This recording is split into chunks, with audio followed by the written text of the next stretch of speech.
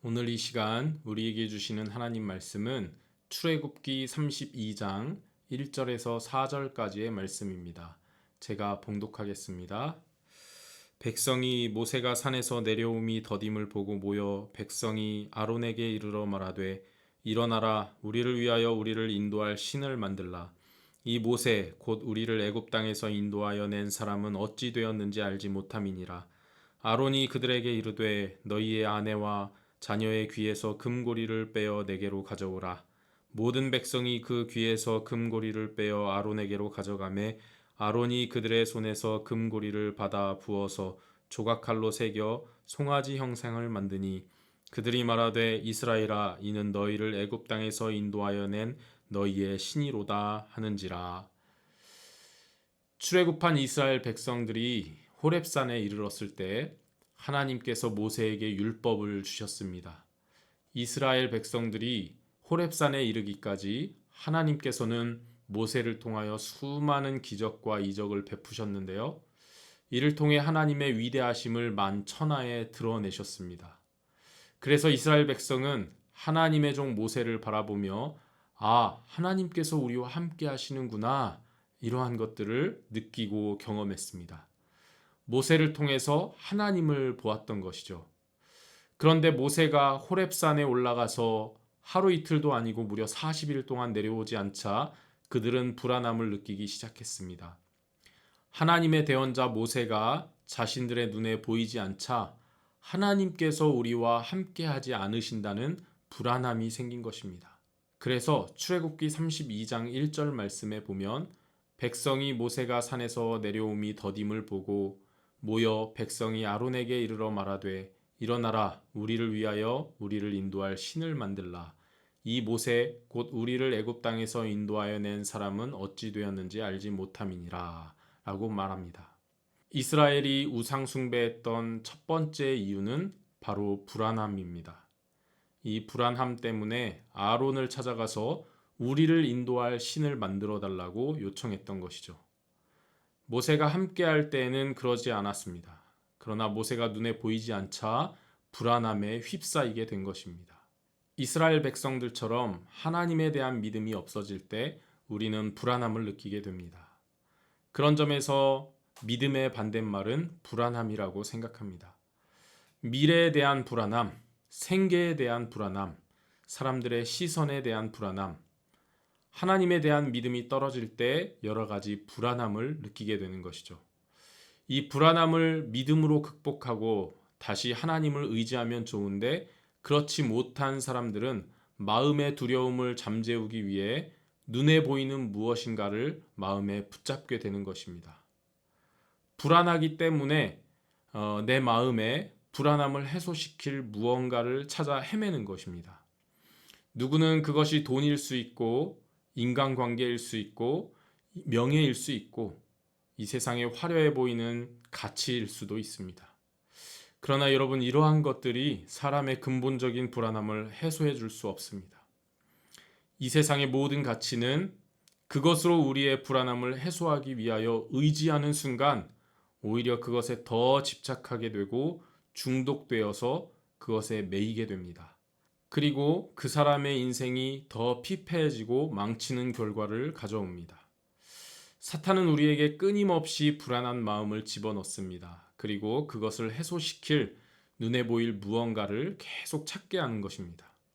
이것만 있으면 내 삶이 평안할 것 같고 내 인생이 화려해질 것 같고 하나님 없이도 잘 살 수 있을 것 같은 그 무엇인가를 찾게 합니다. 그리고 그것에 중독되어 매이게 만들어요.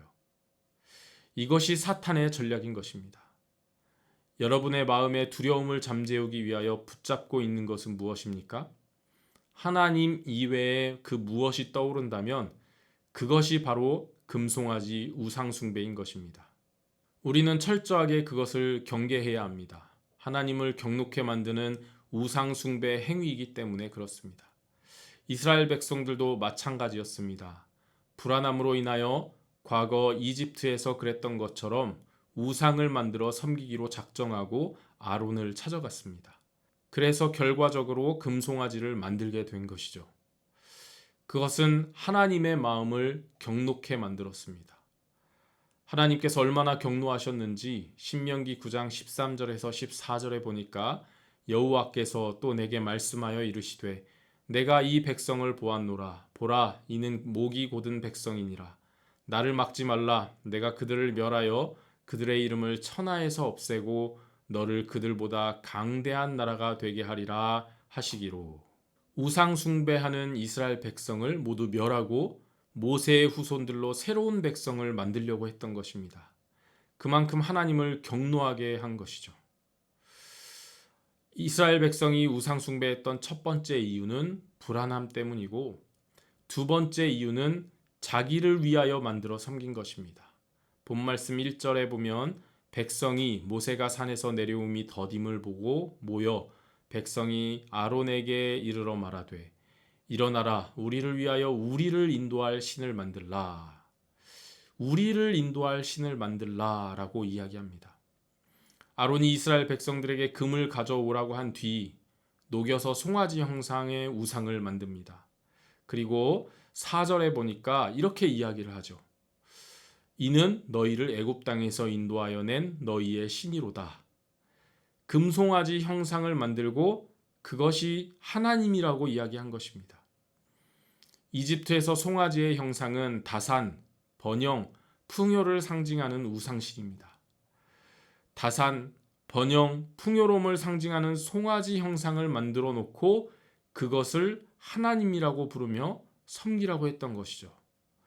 하나님을 섬기는 목적이 우리의 구원에 있는 것이 아니라 죄로 떠나 하나님 백성이 되기 위한 목적이 아니라 자기를 위하여 번영과 풍요로움이 목적이 된 것입니다. 자기를 위하여 송아지 형상을 만들고 하나님이라 이름을 붙여 섬기게 된 것이죠. 예수님의 이름으로 이 땅에서 잘 먹고 잘 살자. 예수님 믿으면 아무런 문제가 없고 모두 부자 되고 성공한다. 이런 가르침과 신앙은 아론의 금송아지 우상숭배와 같습니다. 하나님이라 이름만 붙여 놓았지 금송아지를 섬기는 정신입니다. 물론 하나님께서는 이 땅에서의 복도 주시고 풍요롭게 하시고 번영하게 하십니다. 그러나 그것을 목적으로 믿는 것은 이스라엘 백성이 자기를 위하여 금송아지 형상을 만들고 하나님이라 부르며 섬기는 것과 같은 것입니다. 금송아지 정신은 멀리 있지 않습니다. 가까이에 있습니다. 하나님을 바르게 믿는 신앙은 자기를 위하여 하나님을 섬기는 것이 아니라 하나님을 위하여 우리가 살아가는 것입니다. 사명을 감당하기 위하여 사명자로 살아가는 삶인 것이죠. 여러분은 하나님을 섬길 때 자기를 위하여 하나님을 섬기는 것이 아니라 하나님께서 우리에게 주신 사명을 감당하기 위하여 살아가시는 사명자 되시기를 주님의 이름으로 축복합니다. 기도하겠습니다. 살아계신 아버지 하나님, 감사합니다. 이스라엘 백성이 금송아지를 만들어 하나님을 경노하게 하신 사건을 바라봅니다. 우리의 마음이 두려움으로 인하여 하나님보다 더 의지하는 것 있다면 용서하여 주시고 오직 하나님만 의지하고 섬기는 우리들 되게 하여 주옵소서. 거룩하신 예수 그리스도의 이름으로 기도합니다. 아멘.